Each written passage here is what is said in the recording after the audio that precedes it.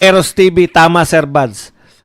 Margas World, kaya na daw pagpasyahan ni Tariel ang issue ng WWE. Kahit ako kaya kong pagpasyahan yan eh.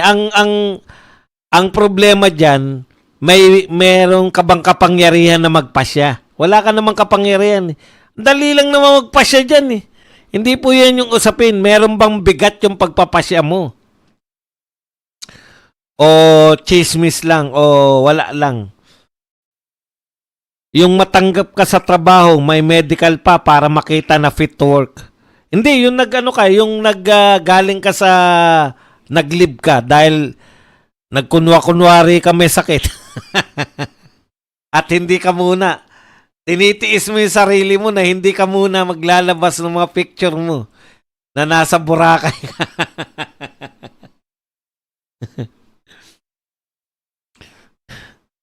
Sa dami ng atraso ng gobyernong ito sa batas dahil sa pagnanakaw, sari-saring paglabag sa konstitusyon, takot na takot silang makaupo si BP Sara dahil lahat yan hihimas ng rehas. Correct. Ano kaya yung pinirmahan ni Saldico na ang tag doon? May pinirmahan siya sa Sweden na mga papeles. Ano kaya yun? February, machuchugi na, Cara David, granted ang wish mo. Sir Badong, ayon lang yan kay Apelio Odi. Sir Badong, kinakailangan sugurin ng taong bayan ng St. Luke's Hospital. Bakit naman po? Wala naman pong kinalaman yung St. Luke Hospital dyan. Hindi rin po sila basta-basta pwedeng maglabas ng mga medical bulletin. 'Di ba? May batas po 'yan na hindi ka kinakailangan may consent yung pasyente. Boss Baz, tama si Attorney Guanzon kasi kung nasa comatose stage ka, buhay ka pa pero unaware and unconscious ka. Hindi lang po comatose stage, hindi po eh. Yung mismong ooperahan ka lang kasi general anesthesia. Sa atin kasi dahil hindi tayo abogado, putya, inooperahan lang, di pagalingin nyo man lang. Hindi po pala. Once na mag-ano ka dun, yun na pala yung temporary incapacitated. Pwede nang umupo talaga yung Vice President. Eto may nagtanong kahapon para idagdag ko lang ng konti. Sabi nung nagtanong, Boss Badong, halimbawa lang ano yung hindi ganito yung tanong niya pero pinalawa ko na lang. Halimbawa po, magbigay tayo ng sitwasyon. Halimbawa po, ini-impeach, nasa trial na si BP Sara. Impeachment court na yung Senado. Pumasa halimbawa, mga Marso na, pumasa yung impeachment nila kay BP Sara. So, nasa korte na siya ngayon. Ang impeachment po niya para tanggalin siya bilang Vice President. Biglang may nangyari kay BBM. Siyempre, papalit siyang presidente, di ba? Tama? Okay. Ngayon, anong ngayon mangyayari? Itutuloy pa ba yung impeachment kung presidente na si BP Sara? Halimbawa lang, kunwari, ang senaryo, nililitis na ngayon sa impeachment si BP Sara. Tapos, ang senaryo, si BBM natigok. Di naging presidente automatic si BP Sara. Dapat pa bang ituloy yung impeachment? Hindi na po. Moot na yon kasi tatanggalin mong Vice President, hindi na siya Vice President. Di ituloy pa rin para matanggal siyang presidente, hindi po obra yun. Ang pagtatanggal po sa kanya bilang presidente, yung nagawa niya nung siya ay presidente. Isang araw pa lang siyang presidente. So yung mga impeachment, yung reklamo niyo sa impeachment, ginawa niya yan nung siya ay vice president. Hindi po yun automatic na yan na rin, itutuloy na lang natin para matanggal siya na president. Hindi po. Maghihintay kayo ngayon na makagawa siya ng karumal-dumal na krimen. Ayun po yun eh. Sasampahan nyo na impeachment. Binoto yan ng pinakamaraming mamamayan sa kasaysayan ng Pilipinas. Pinakamarami pong boto ni BP Sara. Lahat po ng eleksyon, yan po ang pinakamalaking boto, 32 million. Sa lahat ng tumakbo ng lahat ng posisyon. 32 million ang pinakamalaking boto na nakamit ng isang politiko dito sa Pilipinas. Okay.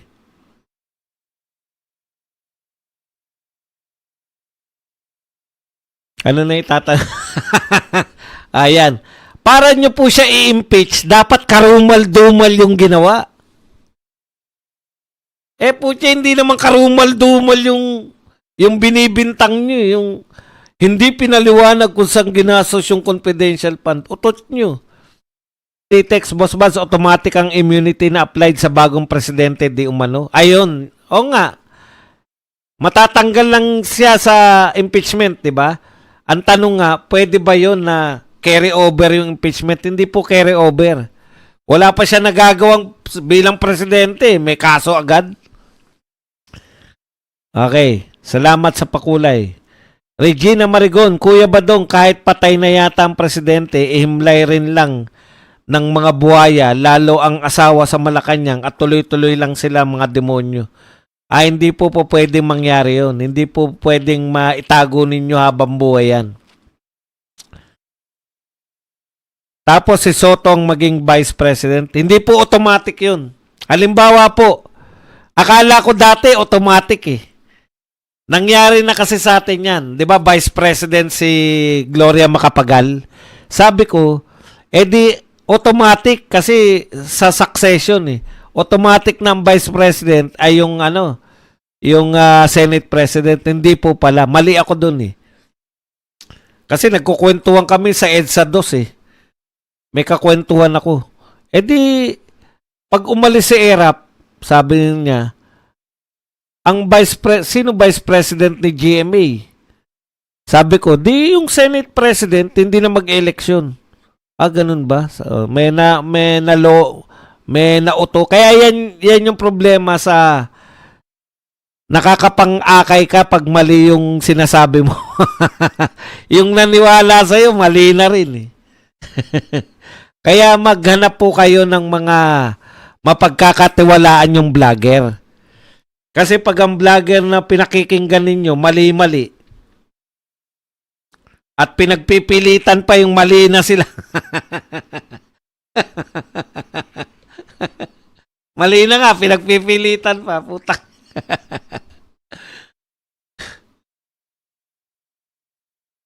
Okay, hindi po automatic na si Tito Soto magiging vice. Mamimili po si BP Sara. Aray. Mamimili po si BP Sara. So saan po siya pwedeng mamili? Pwede pong mamili si BP Sara sa mga senador or sa mga congressman.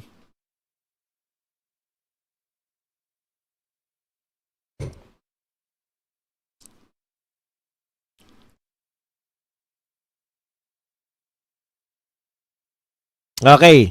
Thank you sa cappuccino. Tatay Badong, paano andar ang kotse ng impeachment kung walang padulas? Correct. Hindi confidential ang sakit ng presidente. Yun ang exemption ng privilege communication ng doktor at pasyente. Hindi po pwede. Hindi po pwedeng gawing confidential po ang sakit ng presidente. Lahat po ng sakit ng presidente, public interest po yan. Kasi hodang po yan, dapat sabihin niya. Kaya sinabi nila yung diverticulitis eh. Binulgar po nila. Pero dapat mayat maya sila nagbibigay ng bulletin para maiwasan yung mga sinasabi niyong fake news. Alangan namang, halimbawa, ito, bigyan ko kayo na halimbawa, yung kumalat na fake news na patay na si Boeing. Di ba? Kung ano na nangyari kay nung nagpakita na si Boeing at nag-press con na, di natapos na yung issue na yun. Yun lang yun eh. Magpakita lang kayo ng katapatan para ano ba purpose nyo? sa fake news. Tapatan lang nyo ng katotohanan yung fake news. Ganun lang. Di po ba SP si Tito Ginggona nung assume? Hindi po. Siya po ay hindi Senate President si Tito Ginggona. Siya po ay senador. Pinili po siya ni GMA. Yun po yun.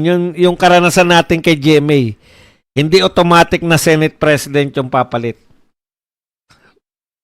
Sir Baz, parang ang tanong sa live kagabi, boss, kung mag-carry over daw ba yung impeachment ng BP. Yun nga, nasagot ko na hindi po pwede kasi impeachment na niya. Ang impeachment kasi, tatanggalin ka sa yung kasalukuyang posisyon. Hindi naman po yung kaso eh. Pag hindi ka na kasi BP, dun ka pwedeng kasuhan ng malulupit na kaso, yung kinakaso ni Trillanes tsaka nila, wala, hindi nga pinapansin niya ng ombudsman, di ba? Kasi nga, hindi naman talaga dapat pag-usapan yan ngayon. Pag nawala na si BP Sara, tsaka nila kasuhan. Ganda po inauguration ng Chinese sa Bukana Bridge. Grapes. Di po ba SP si Tito Ginggona nung nag-assume? Hindi po. Nakakatakot pala. Ngayon kamatayan ng parusa sa kanila. Di ba Enrile Acop next in Nako, ang sunod-sunod na sila.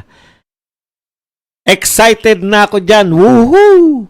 Tatay Badong, sana kapag naging president si Inday, wag niyang palitan si Yusek Asok Claire para malaman natin paano kakain ng suka.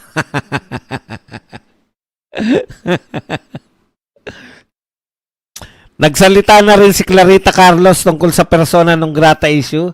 Nagmamaroon kasi ang abogagong tuta. Di nahiya. Okay, tanyo na. 'Di ba? Yan si Clarita Carlos. Sip-sip na sip-sip yan sa BBM. Admin. Kita nyo? AI na nga ang Pangulo. Haha. Hindi po ako naniniwala. Kung AI yun, bakit nila papapayatin pa? Sobra. Boss, dapat kumilos na tayo kasi marami pang mangyari bago 2028. Kilos lang na kilos. Wala namang pumipigil sa pagkilos. Wala pong problema dyan. Pinakamataas na nakuha ang boto sa Senate ang magiging BP kung hindi Senate President ang magiging BP. Hindi po. Hindi po. Kung sino po yung piliin ng presidente. Privilege ng presidente yun eh. Magpribado na lang. Hindi po yan yung barangay election. Hindi po. Si Ginggona, hindi po siya pinakamataas. Hindi rin siya Senate President. Magpribado na lang siya for confidentiality. Sir Buds, pag napatunayang tinatago ng executive na hindi makapag-work si PBBM, makakasuhan ba sila? Opo, pwede silang ma-impeach. Wala pong kaso ang presidente. Hindi po nyo pwedeng kasuhan. Kahit na maliliit na kaso. Presidente po yan eh. Pwede nyo siyang kasuhan at tanggalin nyo muna sa pwesto. Kaya po merong impeachment. Sa kakadivert nila yan, nakuha nila sakit diverticulitis. Kung gusto ni BBM privacy sa health condition niya, simple BBM resign. BBM, you cannot have your cake and eat it too. Yan. Tama po yun. Dapat lahat yan nire-reveal sa publiko. Kasama si Auntie Claire kung kasuhan na hindi nagsabi ng kalagayan ng presidente. Siguro iba yung maikakaso sa kanya pero hindi po yung... Kasi tagapagsalita lang siya eh. Kung ano sabihin sa kanyang kalagayan, siya ba nagpauso niyan? Ang proseso ay dapat ipalam sa Congress kung incapacitated or dead na ang presidente.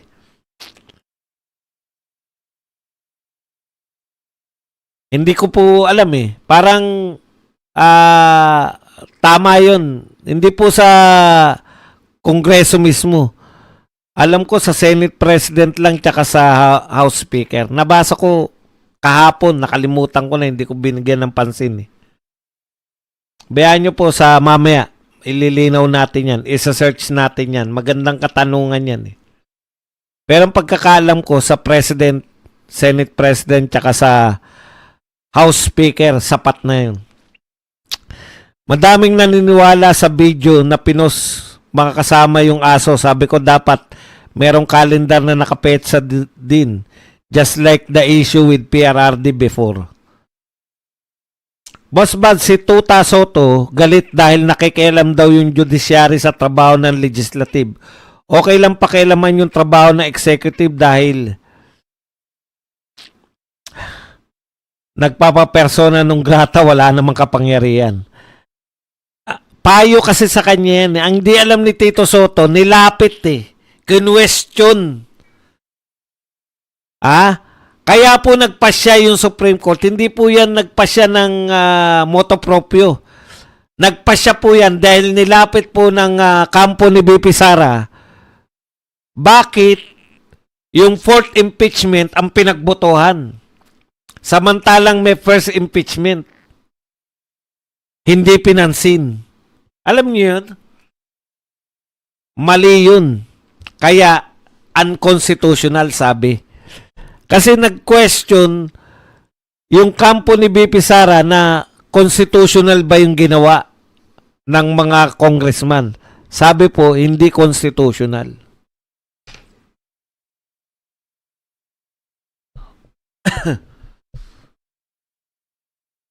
Boss Bad, sabi nila hindi daw diverticulitis ang sakit ni BBM kung hindi colorectal cancer daw. Mahirap yan na daw. Kaya nga dapat magpasya sila na maglabas po sila ng medical bulletin. Yun lang naman ang gusto natin Ang lower house, Josephine Pascual, hello. Yan. Boss Baz, ayan. Ang lower house at upper house mukhang tahimik sa flood control projects. Kumusta na kaya ang ICC? Hindi rin nangangamoy. Yun nga po, tingin ko nga natutuwa sila na ang pinag-uusapan na lang yung sakit ni BBM. Anything na mailayo. Kaya lang ang problema po, pag may bumagsak na flood control, pag biglang umulan at may baha pa rin, babalik tayo ron Yan po yung isang problema na hindi ninyo matatakasan. Siguro kaalyado si Soto at Erwin at Boying na pwede ang Bendalo. 'Di ba? Si Nene Pimentel yata ang SP noon. Boss Bad, si Lito Lapid na lang piliin niyang BP para walang masabi. Ayan na naman kayo kay pinunong Lito Lapid Atat na atat kayong atatin si Lito Lapid. Boss Bas, galing po ni Senator Marcoleta, siya nakaisip sa pag-confirm ng cabinet secretaries, dapat confirm ng Committee on Appointment, sabi niya sa Senate President. Kasi ginugulangan sila Ginugulangan na po sila na nagtatrabaho ilang panahon na. Tama yun si Marcoleta, kaya nga may Committee on Appointments para suriin yung mga in-appoint kung karapat dapat ba sila sa appointment nila. Kasi kung mandurugas yan, yun yung problema. Nakita po yan ni Marcoleta dahil hindi sila isinasalang, wala silang appointment talaga. Parang ang appointment nila, OIC lang. Nagtatrabaho sila bilang secretary, pero hindi sila pinadaan sa commission on appointment kasi wala silang appointment bilang secretary.